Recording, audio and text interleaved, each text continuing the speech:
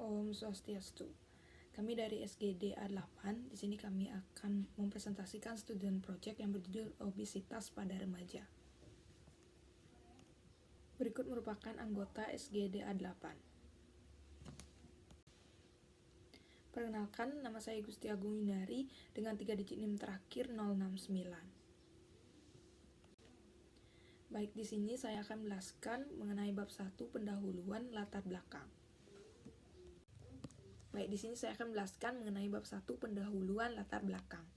Obesitas adalah penumpukan lemak atau jaringan adiposa berlebih atau tidak normal di dalam tubuh yang dapat mengganggu kesehatan.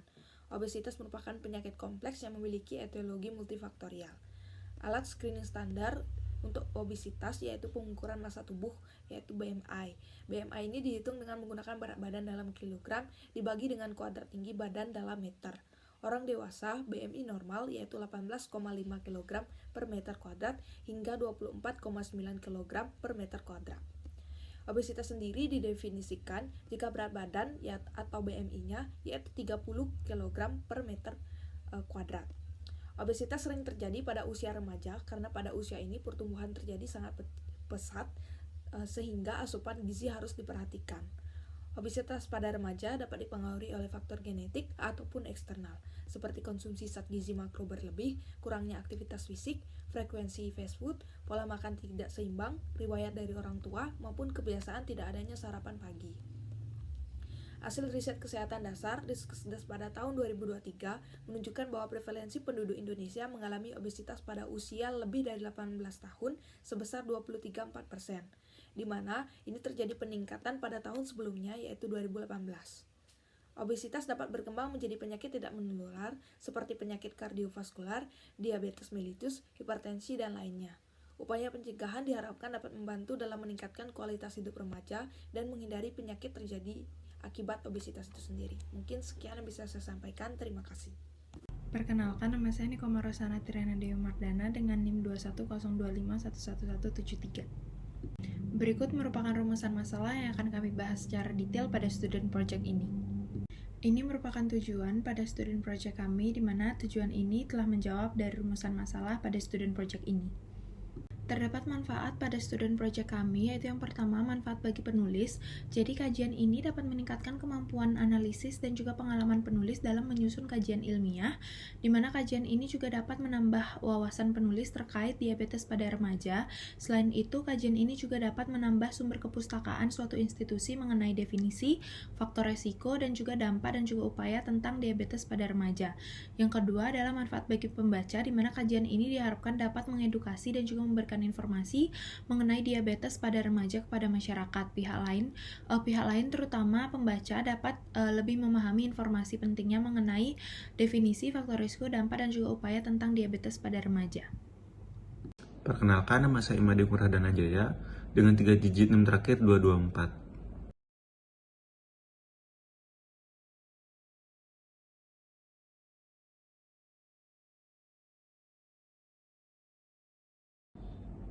Anamnesis merupakan salah satu teknik pemeriksaan yang dilakukan melalui sebuah percakapan antara pasien dan seorang dokter atau perawat, yang dimana bertujuan untuk mengetahui mengenai kondisi pasien, yang bertujuan untuk mendapatkan data dari pasien beserta masalah medis yang dialaminya.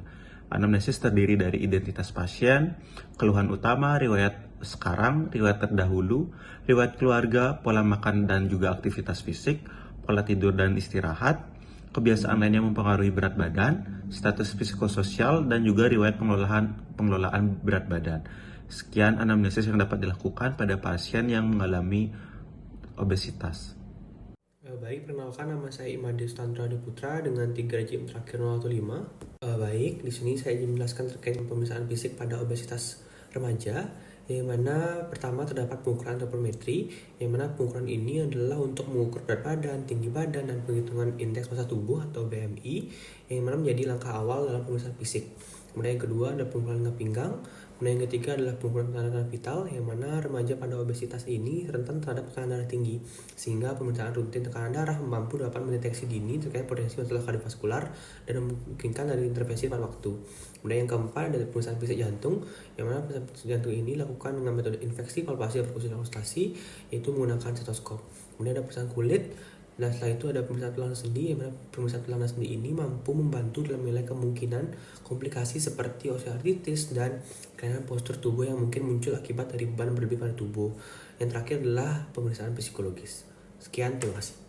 Perkenalkan, nama saya Mutiara Anastasia Karmenita dengan 3 digit NIM terakhir 180 yang pada hari ini akan menjelaskan mengenai pemeriksaan penunjang dari diabetes.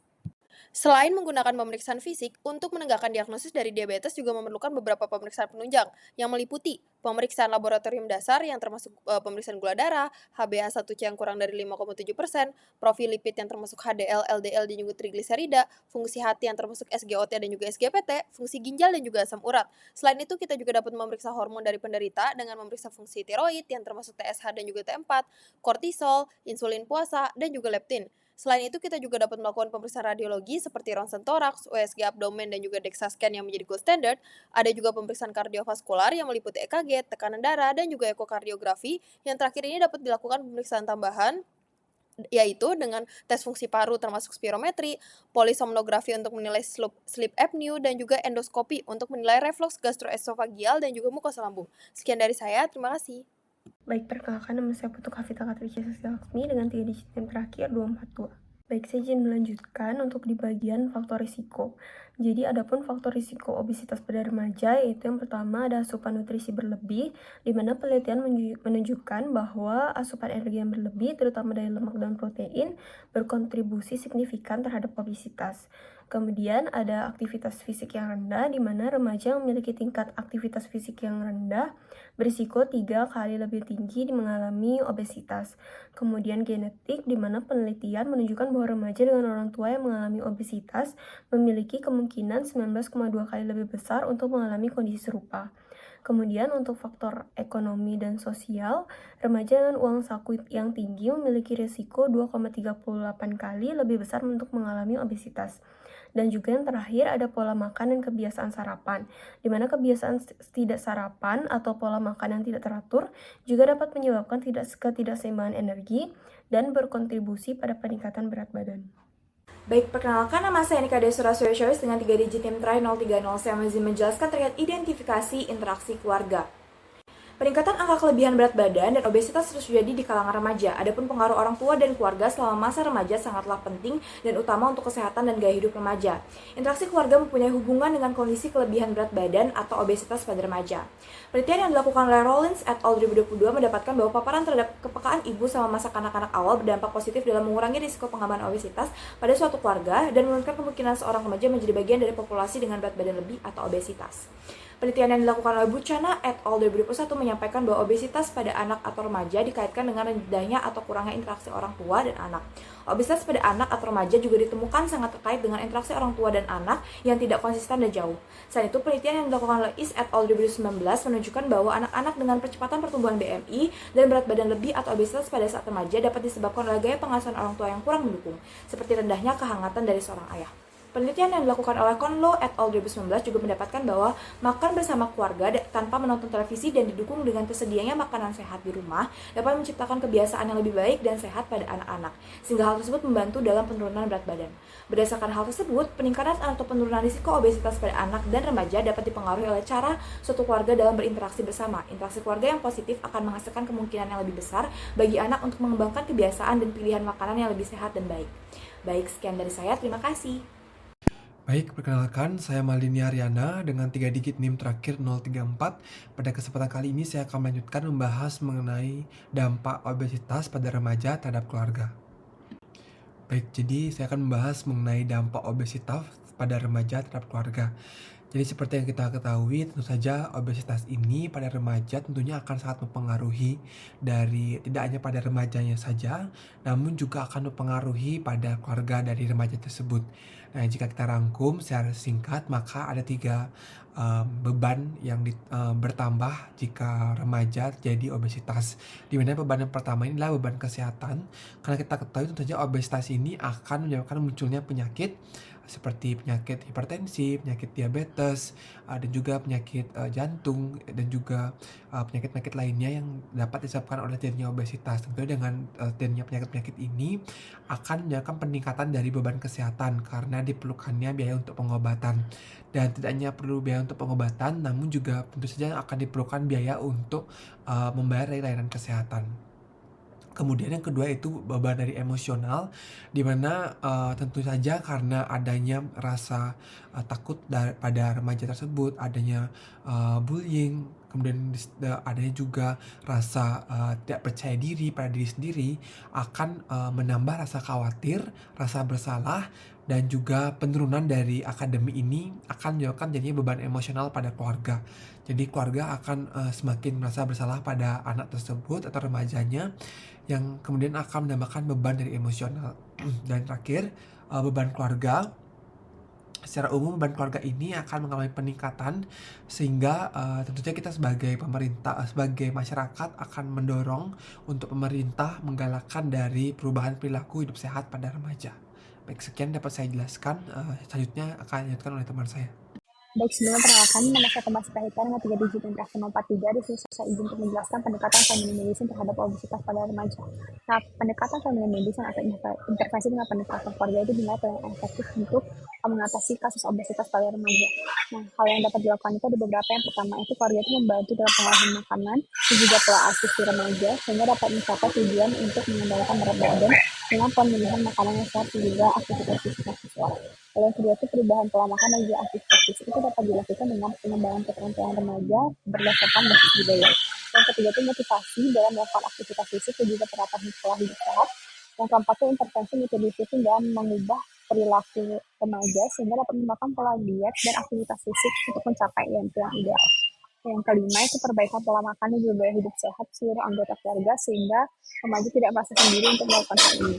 Yang terakhir itu perbaikan kondisi sosial ekonomi. Namun untuk hal ini itu cenderung jarang dilakukan karena sulit untuk melakukan perbaikan kondisi sosial ekonomi dalam waktu yang singkat. Mungkin sekian dari saya lanjutnya dilanjutkan oleh teman saya. Terima kasih. Baik, selanjutnya adalah pencegahan obesitas pada remaja. Baik, saya melanjutkan. Sebelumnya perkenalkan, nama saya Niputla Tantri Dewi dengan 3 digit terakhir 023. Selanjutnya adalah pencegahan primer, di mana pencegahan primer merupakan usaha untuk memberikan edukasi dan penyuluhan kepada remaja dan orang tua mengenai gaya hidup yang sehat dan menghindari faktor-faktor risiko yang dapat menyebabkan obesitas. Berikut merupakan beberapa upaya pencegahan primer yang dapat dilakukan untuk mencegah obesitas pada remaja. Yang pertama ada pendekatan nutrisi seimbang dan juga gaya hidup sehat, di mana hal ini dapat dilakukan dengan mengajarkan remaja mengenai pola makanan sehat dan juga gizi seimbang sebagai langkah awal yang krusial, di mana pemahaman mengenai makronutrien seperti karbohidrat, protein, lemak, dan mikronutrien seperti vitamin dan mineral harus diberikan. Lalu ada promosi aktivitas fisik teratur. Hal ini bisa dilakukan dengan memberikan sosialisasi mengenai aktivitas fisik yang dapat dilakukan oleh remaja dengan mudah selama minimal 60 menit setiap hari.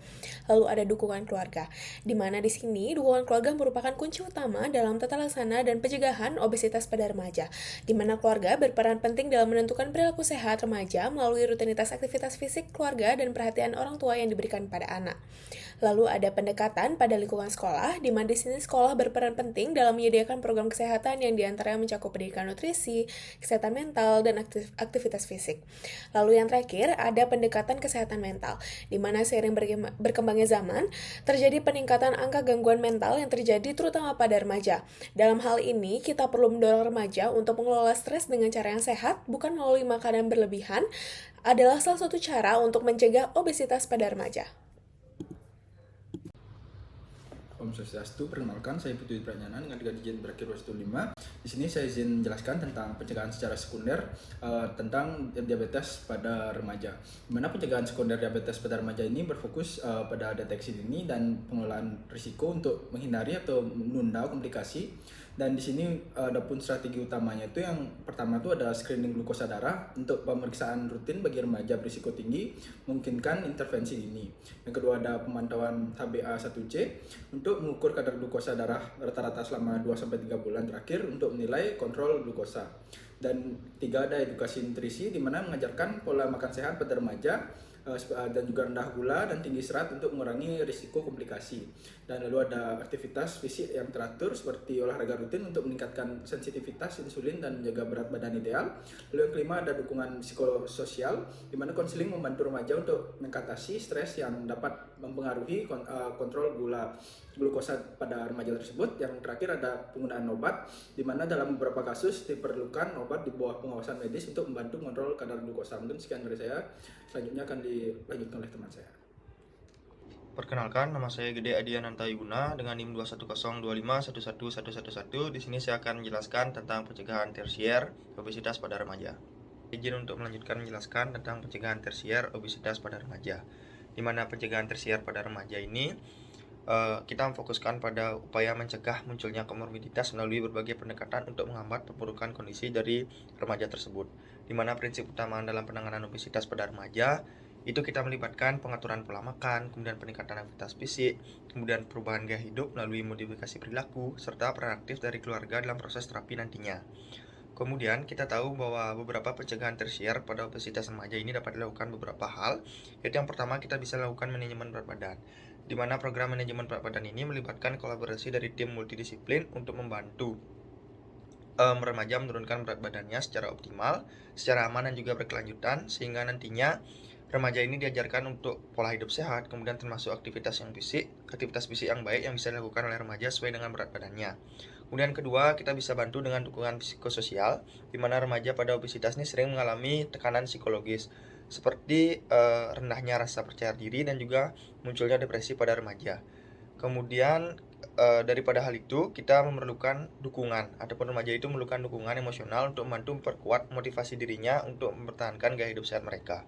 Kemudian yang ketiga adalah program rehabilitasi dan juga kebugaran fisik, di mana aktivitas fisik yang teratur memiliki manfaat besar bagi kesehatan kardiovaskular, sehingga nanti terbukti efektif untuk membantu penurunan berat badan secara bertahap dan juga membantu sebagai pencegahan tersier untuk kasus obesitas pada remaja ini. Perkenalkan, nama saya Nikoma Rosana Triana Dewi Mardana dengan NIM 21025111173. Baik, di sini saya akan menjelaskan pada bab 3 yaitu kesimpulan dan saran. Baik, kesimpulan dari student project yang telah kami susun adalah obesitas itu merupakan penumpukan lemak atau jaringan adiposa berlebih atau yang tidak normal di dalam tubuh yang dapat mengganggu kesehatan. Nah, pemeriksaan yang dapat dilakukan untuk mendiagnosis diabetes pada remaja ini adalah yang pertama itu anamnesis, lalu pemeriksaan fisik, dan juga pemeriksaan penunjang. Lalu faktor risiko terjadinya obesitas pada remaja ini yaitu karena asupan nutrisi yang berlebih, lalu aktivitas fisik yang rendah, faktor genetik, faktor ekonomi dan sosial, lalu faktor lingkungan, faktor psikologis, dan juga pola makan serta kebiasaan sarapan.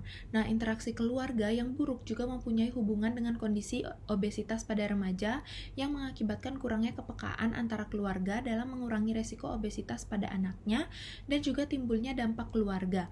Nah, oleh karena itu, peran keluarga itu sangat penting pada permasalahan ini. Pencegahan juga dapat dilakukan dengan pencegahan primer, sekunder, dan juga tersier. Baik, hasil student project ini dapat memperkaya pengetahuan tentang diabetes pada remaja serta faktor risiko dan juga upaya pencegahan yang tepat bagi pendidikan kesehatan dan juga masyarakat, serta penulisan student project ini dapat menjadi referensi dalam penulisan karya lain selanjutnya, terutama penulisan yang membahas tentang diabetes pada remaja. Baik, sekian merupakan presentasi dari SGDA 8 mengenai student project yang berjudul obesitas pada remaja. Apabila ada kesalahan, kami mohon maaf. Sekian, terima kasih.